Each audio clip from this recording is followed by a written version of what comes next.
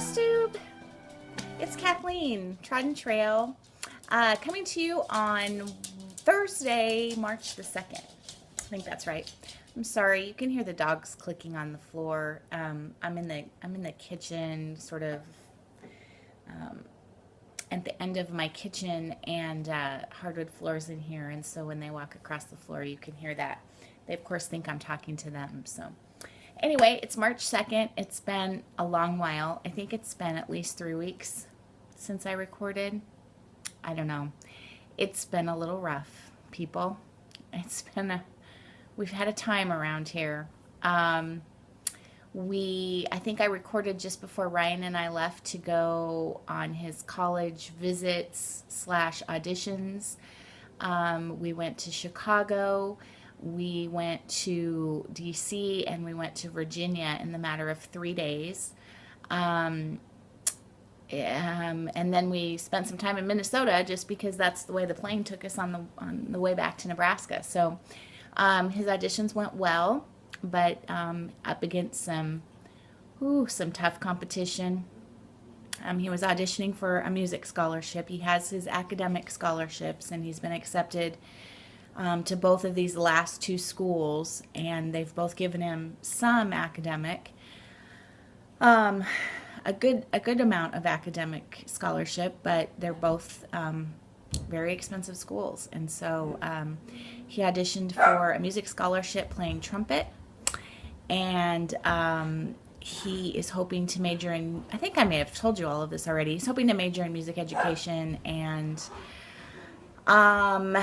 maybe minor in performance potentially, or even he's thinking about minoring in something like Spanish or math. So that's a little up in the air. But anyway, the auditions went as well as we could be expected. And now it's just a matter of waiting. Both schools still have 2 more sets of auditions. I'm sorry, hold on a second. I'm gonna, Mia. Then I call them and they come. They're wrestling. Both schools have 1 more set of auditions. I think Ryan was in the second round of auditions for both schools, and now they have 1 more set of auditions, and then they'll let us know what sort of scholarship, if any, he'll get. It's interesting because the 2 schools are very different from each other. One is a small private school, 1,200 students, and the other is a large public school, 22,000 students. And that's actually the one he's the most interested in. And although I think after after several plane rides and lots of conversation and lots of walking around and talking, I think that he'll take whichever school gives him the most, and that will be really smart. They both have great music education programs, so I think he'd be great at either school, and I think he'll be successful at either school. So it's just a matter of waiting to see what they offer. So that was a big trip. Lots of so in my old life, when my children were teeny or before they were born, and given that my youngest is 17, we're talking 17, 18, 20 years ago, I traveled for work extensively. I traveled at least once a month. I spent a lot of time in D.C. I worked for a regulated pipeline company, and so I spent a good amount of time in Washington, D.C. dealing with regulations, pipeline regulations, and that sort of thing. I spent a lot of time in Houston, Texas. I spent a lot of time in the Dakotas. I spent a fair amount of time in Nebraska. I traveled quite a bit. The company that I worked for years was based out of Wichita, Kansas, so I spent time in Wichita, Kansas.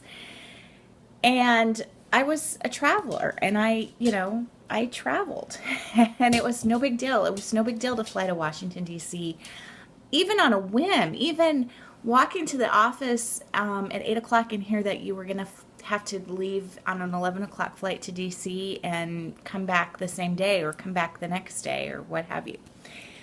But I haven't done that in years. And we we had a time. That's all I can say. It was awesome. It was a great trip. It was such fun to spend time with Ryan one on one. And Ryan is my middle child, and he's in between two girls, and he's always been much like my husband, very low key, very laid back. Doesn't demand a lot of attention. Doesn't demand a lot of anything really. Low drama, low maintenance, the whole works. So I think he kind of sometimes gets, I don't want to say forgotten, because he's certainly not forgotten, but his needs kind of get put aside with the various girly drama that we have, or girl activities, or what have you. So it was really great to spend time with him. But I was extremely nervous, and we had a very, very tight schedule. We had to basically leave the audition in Chicago, go straight to the airport, and get on a plane, only to get into DC very late on Friday night so that he could be at the school for his 9 a.m. audition on Saturday morning. So there was no wiggle room. There was no room for missing a flight. There was no room for losing a credit card. There was just no room for any of that. And I was nervous about all of it. And Ryan wasn't, of course, because he's an 18-year-old boy, and in his mind, nothing bad is ever going to happen. The cat is over here knocking things down. But anyway, it all went smooth as silk. It was crazy how well everything went, and all of our connections worked, and all of the flights were on time, and just everything went really, really well, except for one minor moment of absolute sheer panic in Chicago at the airport, at O'Hare Airport in Chicago, which is, and I've been to it several times, but it's been years, and it's a large airport, and it's quite old. It's not super up to date, and security is very different now than it was back when I flew, much of which was prior to 2001. Anyway, I'm sure you all know this. It's been a year since I've flown, but I've, in the last several years, I've flown with my husband everywhere we've gone, and I just haven't worried about stuff because he flies all the time, and he, took care of everything and handled everything and managed everything and told me where I needed to be, and, so on. But at the Chicago airport, having very little time to catch our flight, I could not find my credit card, my Visa, and you need the Visa to swipe in the kiosk to tell, in order to print your boarding pass, you swipe the credit card that the reservations were done on, and I'm not explaining this well because it's just making me nervous just to think of what happened. And I went to swipe my credit card, and it was gone. And we had gone to breakfast that morning and had this lovely breakfast in this little cafe in Oak Park, Illinois, this just super cool town that we were staying in. And I had no credit card, and I just went into sheer panic mode. And so thank the dear Lord, Ryan has a debit card, a bank card, and he said, well, that's my mom, I'll just use mine. But of course, that wasn't the card that the reservations were made on, and so it didn't recognize us, but we were able to put the confirmation number in, and I thought, okay, I've left my card at the restaurant, which is an hour from the airport. We'll have to call Dad and have him transfer funds into your account, and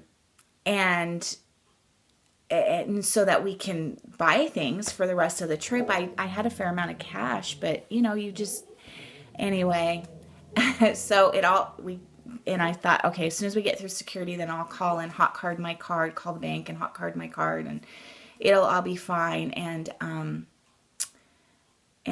at one point, Ryan asked me to hold his card while he was pulling out his ID for security. And then I said to him, here, take your card back and put it away so you don't lose your card. And he said, Mom, this is your card.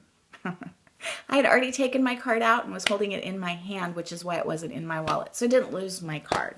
Anyway, the key lesson I learned in that whole lovely experience was that we don't do, my husband and I have never, well, not never, but in the last probably 10 years, we don't do credit. We don't, if we can't pay cash for something, we don't buy it. So we both have our bank cards, our bank visas, and he has a credit card that, American Express card that he uses for work expenses. And we don't do credit, but I think that I'm going to have to get a credit card just to use for that sort of thing, because that was frightening to think that I had no way to pay for things for the rest of the weekend. But anyway, it all worked out fine. The weather was gorgeous. We had such great weather, and then we came back here to stormy weather, and so we got very lucky. Anyway, it was great. It was all great. Now it's just we wait. My youngest is just finished basketball season that ended for her team, her school basketball team last Friday in the first round of the district games. Actually, it was the second round of the district games. They won the first round.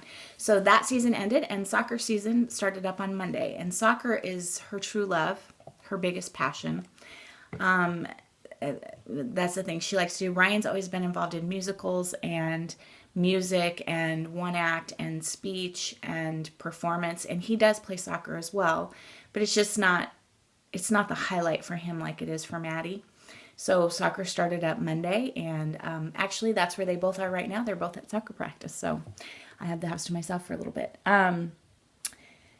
So she has a new coach this year, and they graduated quite a few seniors last year. She's a junior, so she kind of a new team, a little bit of a new team, and she's excited for this new team and this new coach. And I'm the team mom, and so that involves all the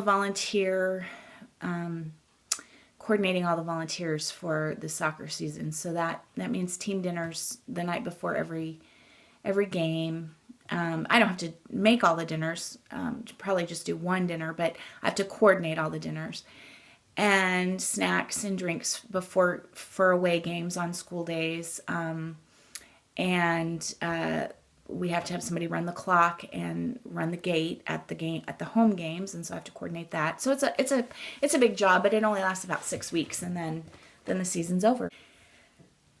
It's been a little crazy around here, but I have done some stitching, and I am doing some stitching, and I do have plans. And so far, I know it's only March 2nd. But so far, I'm sticking to my plans. We'll see how that goes. We'll see how that goes going forward.